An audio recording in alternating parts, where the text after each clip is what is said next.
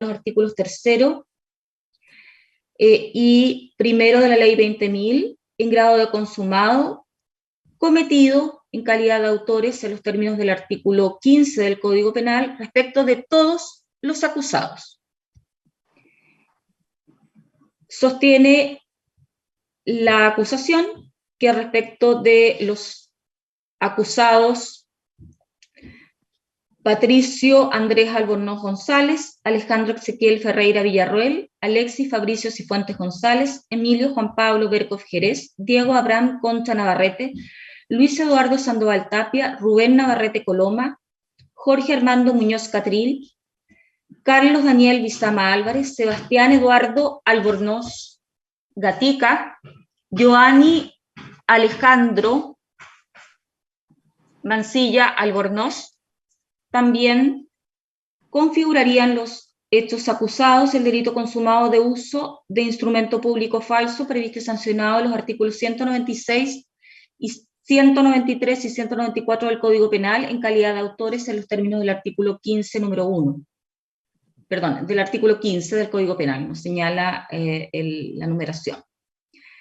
Asimismo, respecto a los imputados segundo Alejandro González Rubilar, Denise Scarlett Villablanca Sobrevia y Víctor Eduardo González Torres, configurarían los delitos consumados de posesión y tenencia ilegal de arma de fuego, posesión y tenencia ilegal de arma de fuego prohibida, posesión y tenencia ilegal de partes o piezas de armas de fuego y posesión y tenencia ilegal de municiones, delitos previstos y sancionados en los artículos 2, 3, 9, 11, 13 y 15 de la Ley de Control de Armas, todos en grados de consumado respecto de los cuales a los acusados antes nombrados les ha correspondido una participación criminal en calidad de autor en los términos del artículo 15 del Código Penal.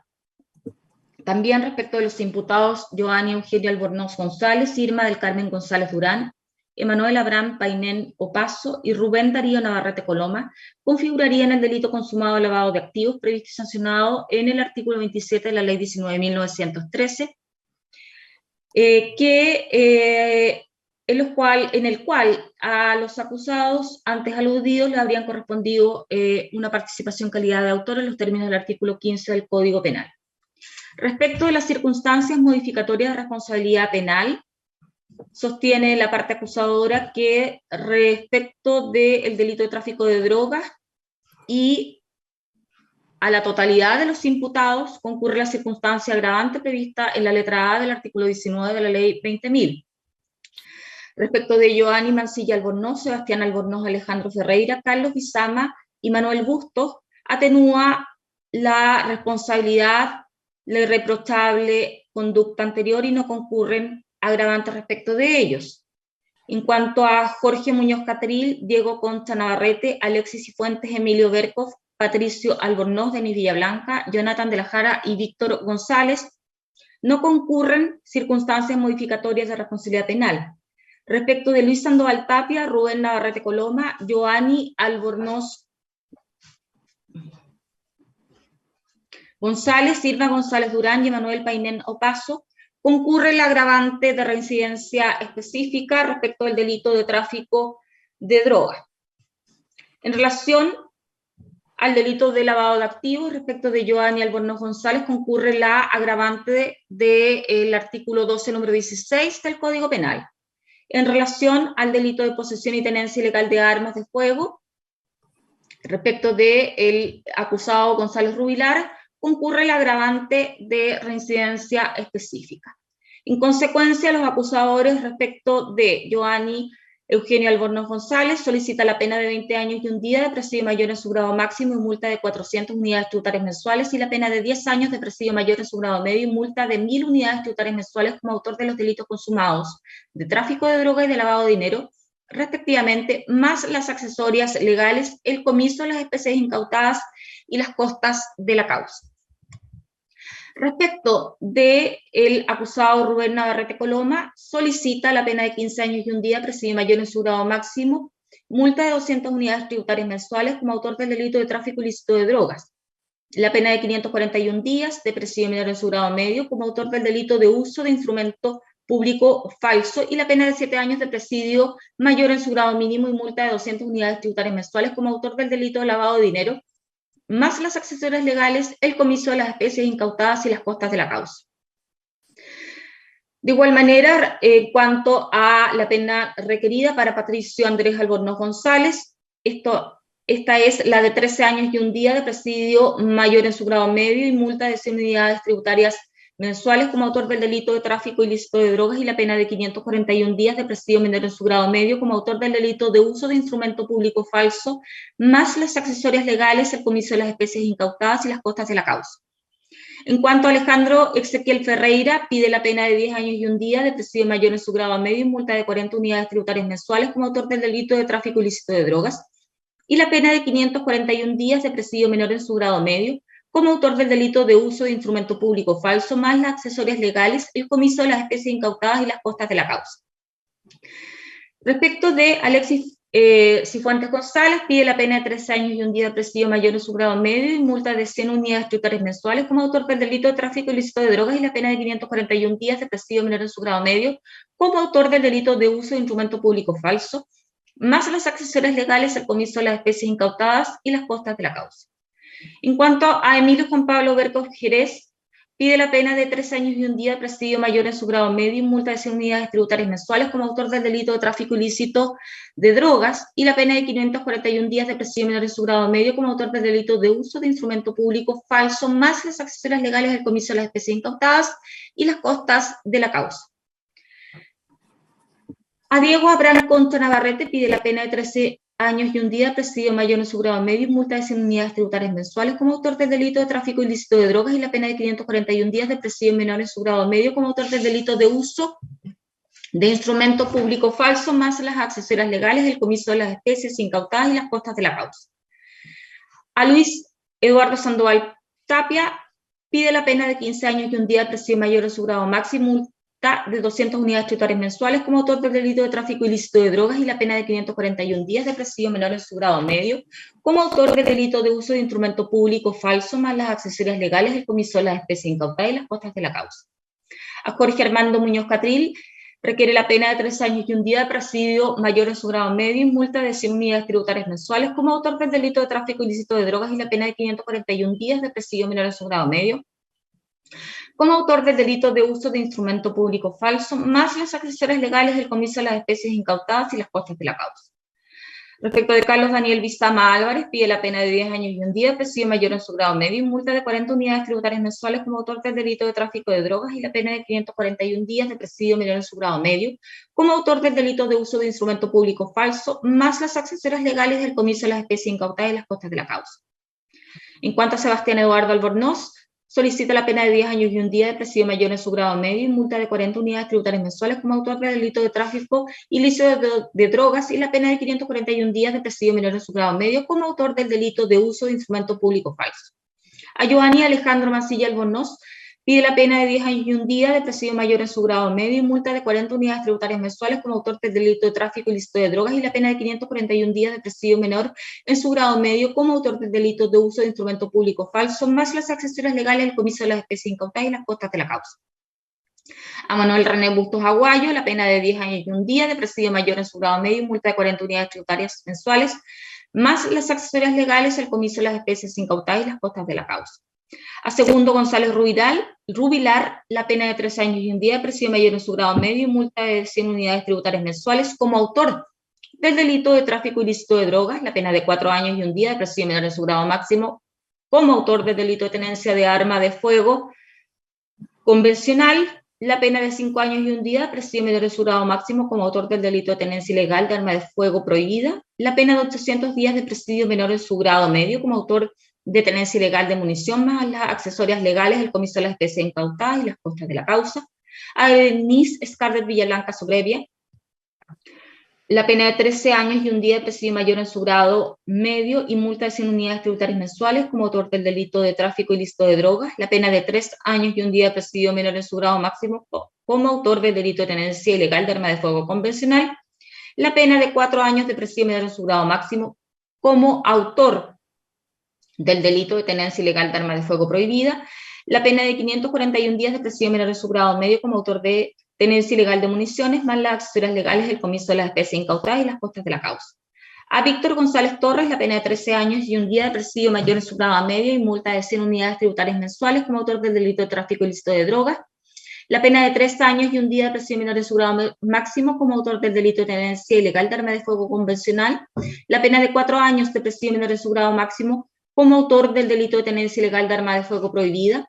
La pena de 541 días de presidio menor en su grado medio como autor del delito de tenencia ilegal de munición, más las accesorias legales, el comiso de las especies y las costas de la causa. A Jonathan de la Jara González le pide 13 años y un día de presidio mayor en su grado medio y multas de 100 unidades tributarias mensuales más las accesorias legales, el comiso de las especies incautadas y las costas de la causa. A Irma del Carmen González Durán, la pena de 15 años y un día de presidio mayor en su grado máximo, multa de 200 unidades tributarias mensuales. Y la pena de 7 años de presidio mayor en su grado mínimo y multa de 200 unidades tributarias mensuales como autor del delito de lavado de dinero, más las accesorias legales, el comiso de las especies y las costas de la causa. A Emanuel Abraham Painén Opaso, la pena de 15 años y un día de presidio mayor en su grado máximo y multa de 200 unidades tributarias mensuales y la pena de 7 años de presidio mayor en su grado mínimo y multa de 200 unidades tributarias mensuales como autor del delito de lavado de dinero, más las accesorias legales, el comiso de las especies incautadas y las costas de la causa. Tales hechos, la calificación jurídica, la participación, las circunstancias atenuantes, el grado de desarrollo, perdón, las circunstancias modificatorias de responsabilidad, el grado de desarrollo de los ilícitos y las penas requeridas son las mismas respecto de las que está solicitando la parte querellante. Bien. Su señoría, disculpe, su señoría, la parte querellante le solicita la palabra. Nuestra parte presentó una acusación particular, magistrado, específicamente agregando una circunstancia modificatoria de responsabilidad penal agravante, que es la del 12 número 10, y en base a eso, magistrado, se solicitaron penas distintas para cada uno de los encartados. Se lo iba a hacer presente antes de pasar a la siguiente etapa, pero como estaba en esto, magistrado, preferí... Sí, no se preocupe. A ver. Porque en la autoapertura no se señala, a menos que exista una complementación de la autoapertura.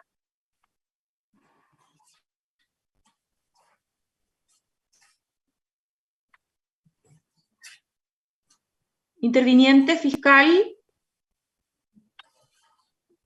Señoría, complementación de la autoapertura al menos no me parece que haya sido remitida, pero es efectivo lo que señala el querellante.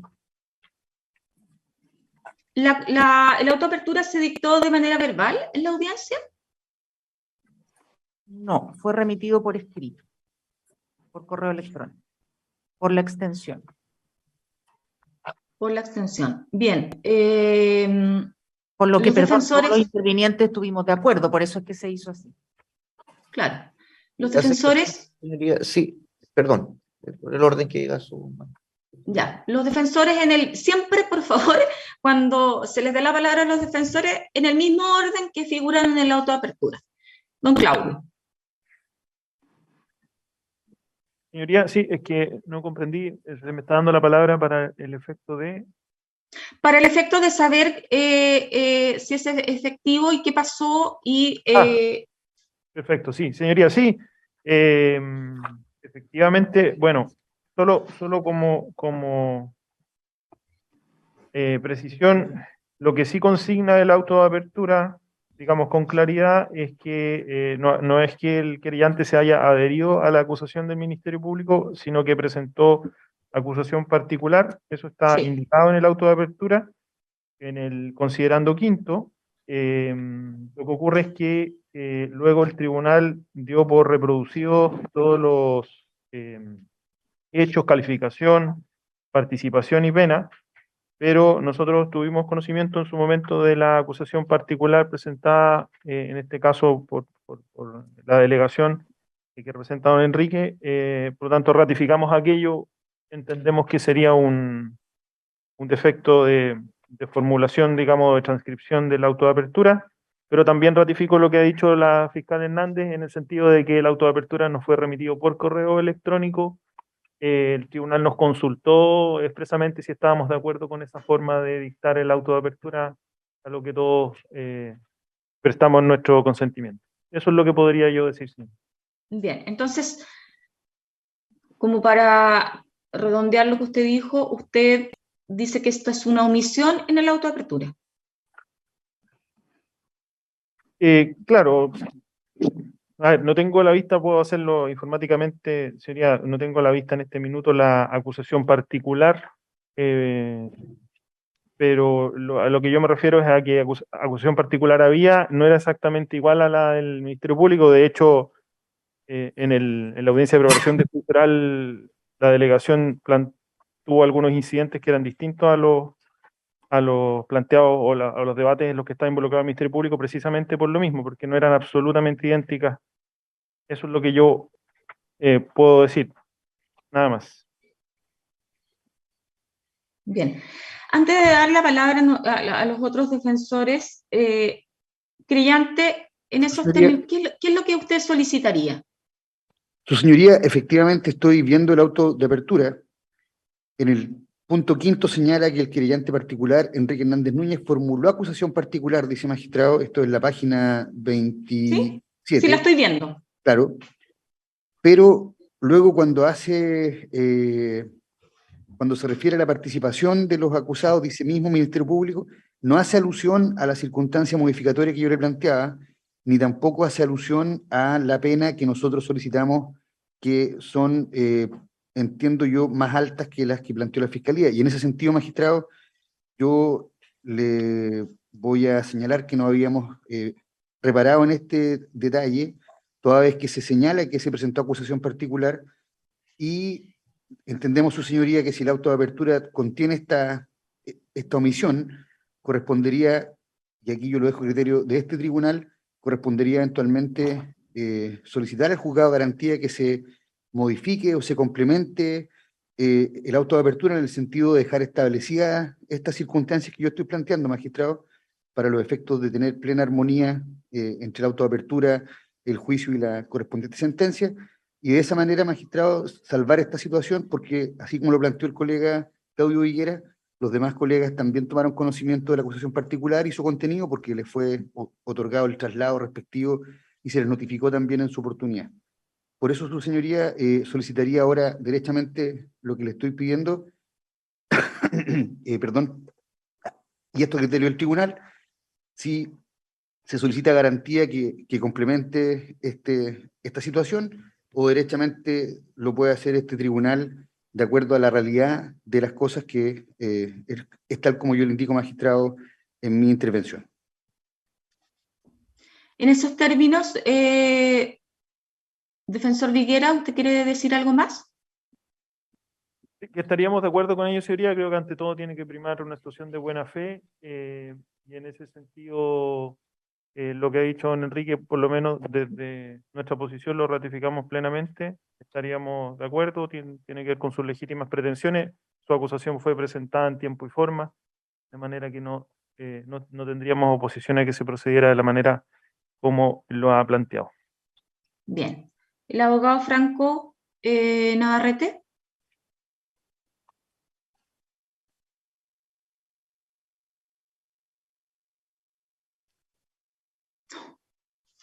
Al abogado Navarrete le estoy dando la palabra.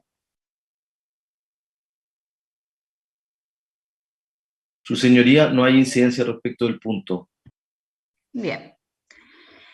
El abogado García. Sí, magistrado. No, me parece lo que dice el colega de la delegación presidencial, que el tribunal debería, de todas maneras, considerar la solicitud a garantía de concepción para darle la formalidad que corresponde. Eso es todo. Bien. El abogado Silva Correa. Su señoría, comparto los argumentos vertidos por los colegas defensores. En efecto, también comparto lo que ha señalado don Enrique Hernández en cuanto a su solicitud, de manera que estaremos a lo que resuelve el tribunal. Bien. Finalmente, el abogado Méndez. Sí, magistrado, no hay inconveniente respecto a lo planteado por el colega de la delegación presidencial. Entendemos que son plausibles sus fundamentos, por lo tanto no vamos a hacer ninguna observación. Bien. ¿Les parece que ordenemos certificar al juzgado de garantía de Concepción acerca de... Presidenta, faltan dos colegas, el señor Ramírez y el señor... Ay, perdón, sí, don César, y Ya, don gracias. Daniel García, don Lafargue, perdón. Lafargue, creo que... Sí. Gracias, magistrado. Magistrado, quiero aclarar un punto sin que signifique faltar a la buena fe. Lo cierto es que efectivamente se remitió por correo electrónico el respectivo auto de apertura de juicio oral, pero también se señaló un adimento y era que las partes tenían que precisar cualquier situación anómala, bajo apercibimiento de quedar así el auto de apertura de juicio oral y remitirse a este tribunal. Independiente de las peticiones, creemos que hay un tema de carácter legal. Todo lo que es posterior a la etapa de la acusación tiene un carácter forzoso desde el punto de vista legal, hay mayor formalidad.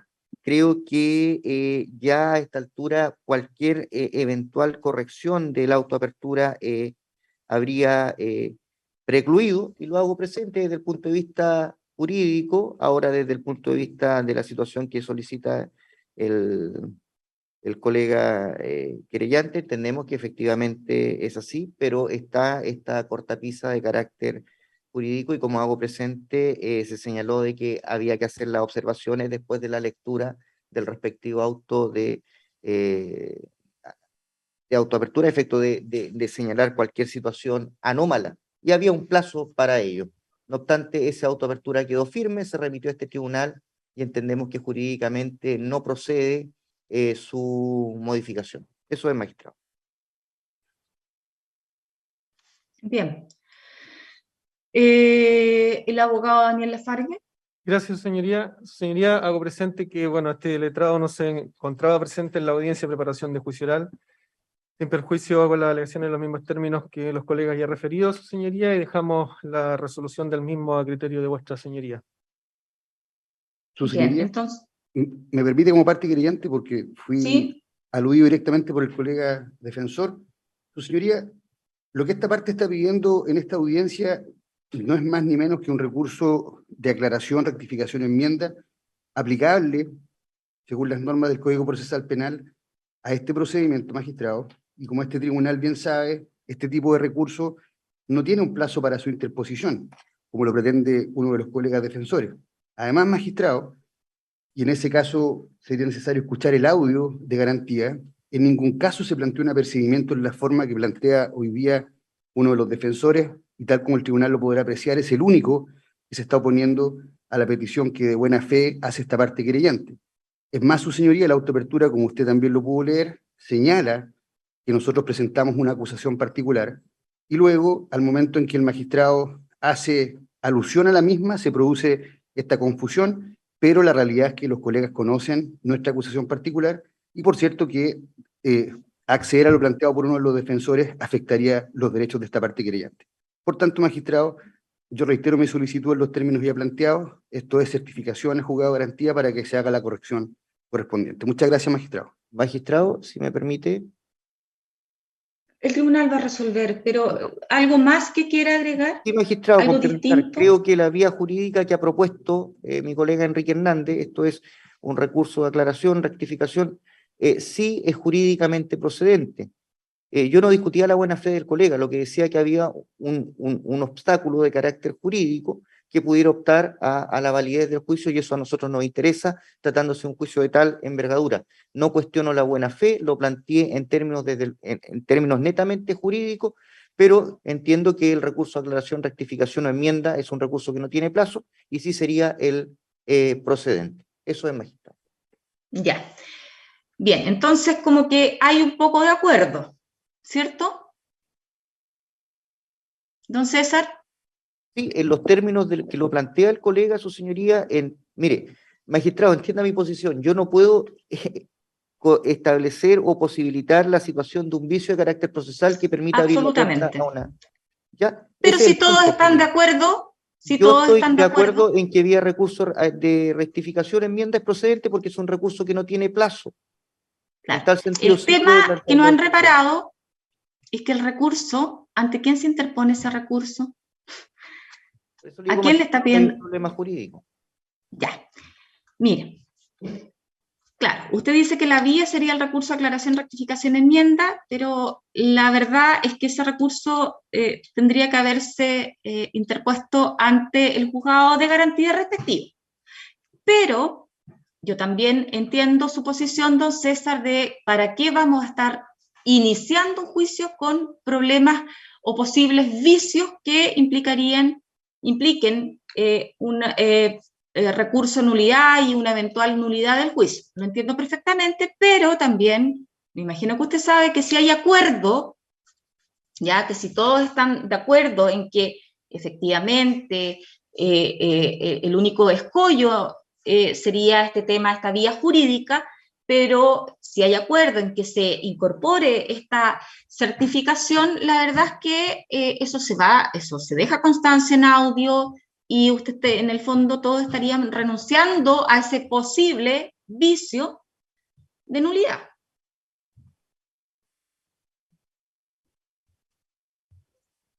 ¿Le parece de ese modo, don Yo lo que César? entiendo, señoría, y por eso lo establecí, que hay una diferencia en lo que es la tramitación del proceso penal, que hay una primera etapa que no existe este forzoso consecutivo legal, que sí ocurre desde el momento que se presenta la acusación.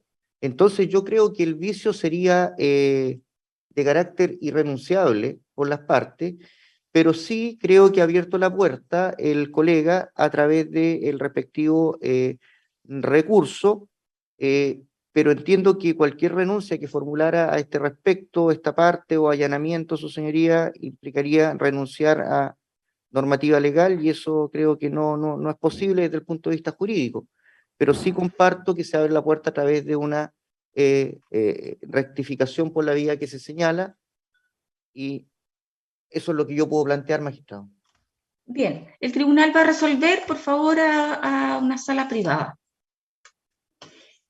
Enseguida, magistrado.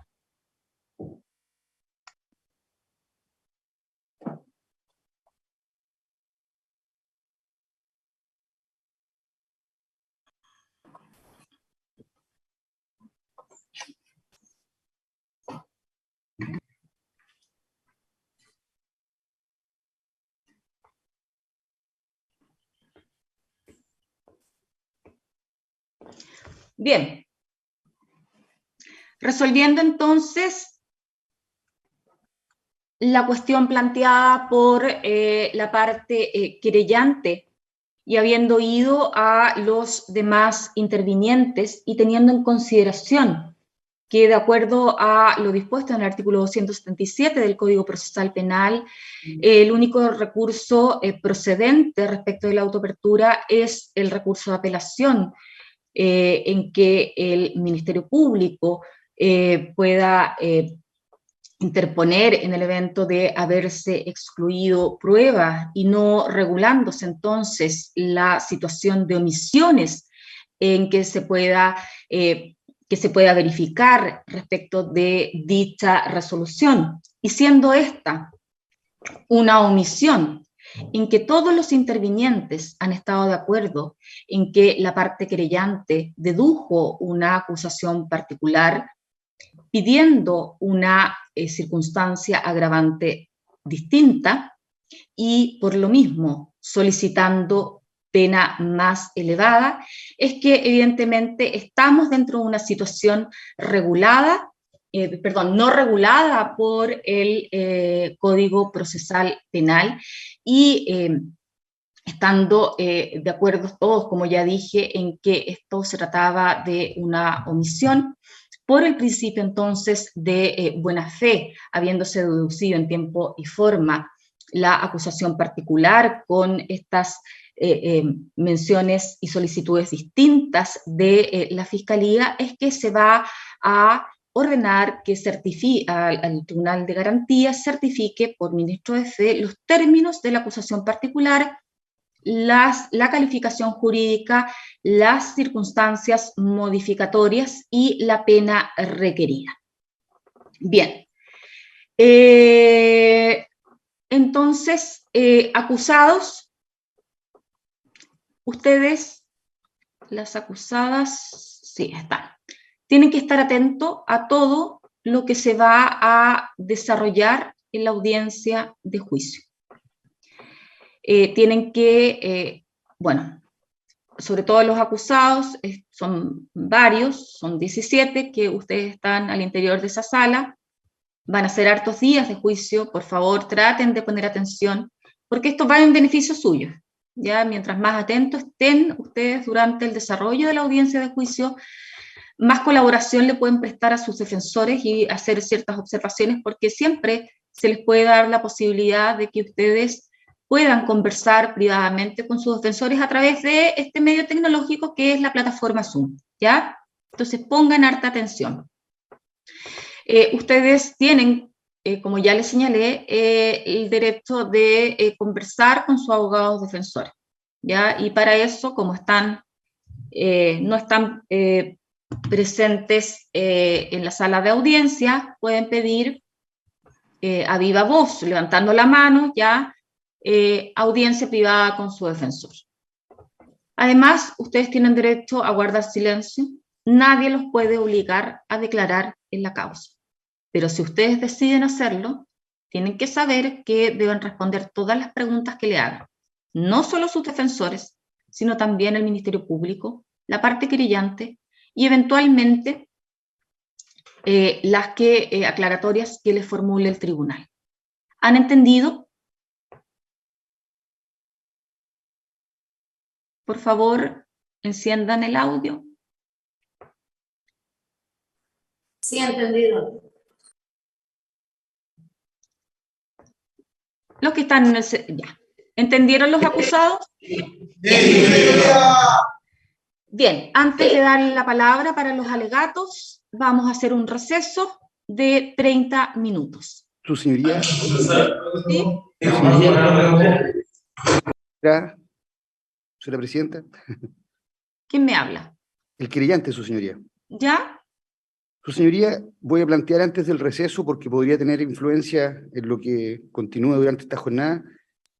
Entiendo, magistrado, la resolución del tribunal respecto a nuestra petición en cuanto a ordenar que se certifique por el Tribunal de Garantía en cuanto a esta omisión que se contiene en la autoapertura. Pero, magistrado, ya que una de las defensas planteó que el objetivo de las peticiones que se hacían era precisamente evitar vicios de procedimiento, y comprendiendo este querellante que la ritualidad del proceso ordena que el tribunal oral haga lectura del auto de apertura y específicamente también, y aquí hay un derecho de las defensas, su señoría, de conocer cuáles son las imputaciones que hace esta parte querellante y específicamente las penas superiores que pide en razón de la circunstancia agravante que yo ya le informé hace un rato atrás. Y además, su señoría, porque esto va a influir en nuestros alegatos de apertura, es que yo solicitaría, magistrado, respetuosamente a este tribunal, que esta orden de oficiar al juzgado de garantía se cumpla previamente antes de continuar con el juicio oral para los efectos que quede constancia en el auto de apertura y este tribunal pueda leer a los imputados cuáles son nuestras imputaciones, las penas más altas que solicitamos, cuál es la razón de lo mismo, y así, su señoría, mantener plena congruencia desde el minuto cero hacia adelante. Estamos en una etapa germinal del juicio y lo ideal, entiende este querellante, es que comience con la total y más absoluta normalidad y ya quedaría este detalle dando vueltas si es que no se hace esta certificación y corrección en forma previa al inicio de los alegatos de apertura que va a hacer la Fiscalía y nosotros. Solicito respetuosamente, magistrado, entonces, que en forma previa y complementando la resolución que ya dictó este tribunal, se ordene certificar en forma previa al juzgado de garantía, se ajuste el auto de apertura, se dé lectura a lo que corresponde y luego se proceda con los alegatos correspondientes. Esa es la petición que hago, magistrado. Muchas gracias. Bien. ¿Algo que tengan que decir los defensores respecto de eso? Señoría, sí, la defensa pública está de acuerdo con la petición el acusador particular. Y más allá, quiero plantear, además de compartir la petición, plantearla, por así decirlo, con un complemento. Es que derechamente se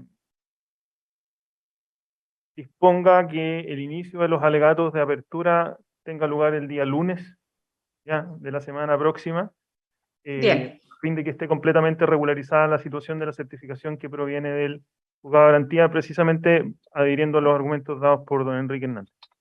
Bien. ¿Algunos de los defensores y los fiscales están en desacuerdo? No, No, magistrado. ¿No? No, su señoría, no hay incidencias. Bien. Entonces, directamente vamos a hacer un receso para el día lunes a las 8:30 horas. Y ahí vamos a proceder a escuchar los alegatos de apertura.